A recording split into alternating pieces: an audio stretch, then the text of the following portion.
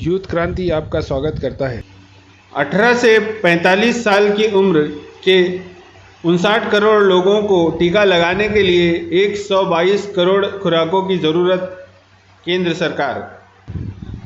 Supreme court में दाखिल किए हलफनामे में केंद्र ने बताया कि टीकाकरण सरकार की शीर्ष प्राथमिकता है और उपलब्ध संसाधनों तथा टीकों की उपलब्धता को ध्यान में रखते हुए कम से कम समय में 100% लोगों को टीका लगाने के प्रयास जारी है।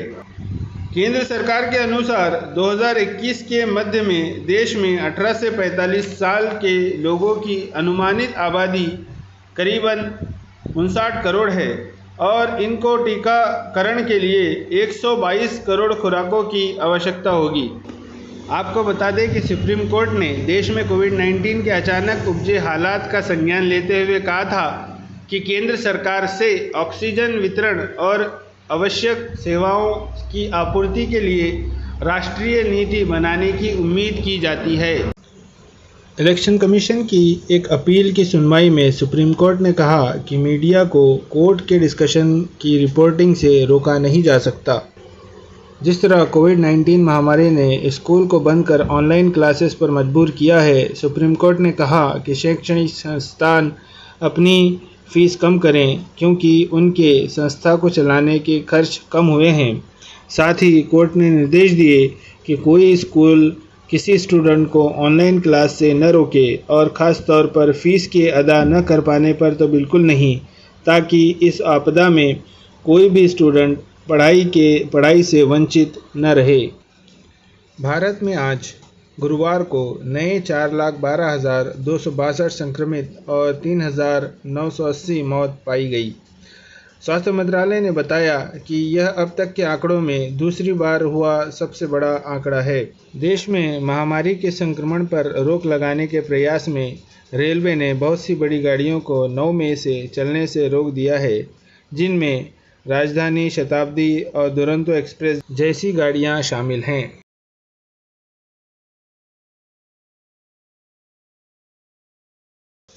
इसी बीच आपको बता दें कि नितिन गडकरी जी ने आज वर्धा में रेमडेसिविर की production facility generic life sciences pharmacy का दौरा किया और रेमडेसिविर के उत्पाद का जायज़ा लिया। मराठा आरक्षण को लेकर बुधवार को सुप्रीम कोर्ट ने बड़ा फैसला सुनाया है। सर्वोच्च अदालत ने शिक्षा और नौकरी के क्षेत्र में मराठा आरक्षण को असंवैधानिक करार दिया है। अदालत के फैसले के अनुसार अब किसी भी नए व्यक्ति को मराठा आरक्षण के नाम पर नौकरी या कॉलेज में एडमिशन नहीं दी जा सकेगी। सुप्रीम कोर्ट ने कहा कि मराठा समुदाय को सामाजिक व शैक्षणिक रूप से पिछड़ा घोषित नहीं किया जा सकता। यह 2018 महाराष्ट्र राज्य कानून समानता के अधिकार का उल्लंघन करता है। कोर्ट ने कहा कि 1992 के फैसले की फिर से समीक्षा नहीं करेंगे, जिसमें आरक्षण का कोटा 50% पर रोक दिया गया था।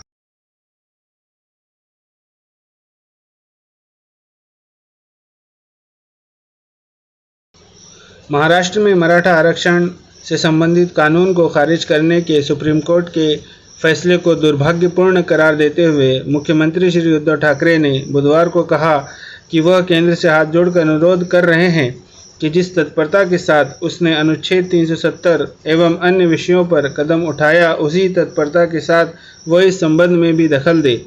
शीर्ष अदालत के फैसले के बाद एक बयान में ठाकरे ने कहा कि हम हाथ जोड़कर प्रधानमंत्री एवं राष्ट्रपति से मराठा आरक्षण पर तत्काल निर्णय लेने का अनुरोध करते हैं। उन्होंने कहा कि अतीत में केंद्र सरकार ने अपने फैसलों को मजबूती प्रदान करने के लिए संविधान में संशोधन किया, वैसे ही तत्परता मराठा समुदाय को आरक्षण देने के लिए दिखाई जानी चाहिए। उन्होंने राज्य में लोगों से शांति बनाए रखने की अपील भी की है। उन्होंने कहा कि इस समुदाय को आरक्षण का निर्णय महाराष्ट्र विधानमंडल के दोनों सदनों में सर्वसम्मति से लिया गया था और यह गायकवाड़ आयोग की सिफारिश पर आधारित था, लेकिन शीर्ष अदालत ने उसे उस आधार पर निरस्त कर दिया कि राज्य को इस तरह के आरक्षण देने का हक नहीं है।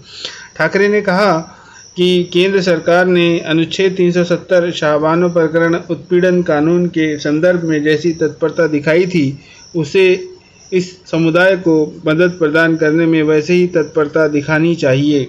मुख्यमंत्री श्री उद्धव ठाकरे ने यह भी कहा कि महाराष्ट्र से राज्यसभा सदस्य छत्रपति संभाजी राजे 1 साल से इस विषय पर प्रधानमंत्री से मिलने का समय मांग रहे हैं, लेकिन यह व्यर्थ गया। उन्होंने सवाल किया, उन्हें प्रधानमंत्री ने क्यों समय नहीं दिया।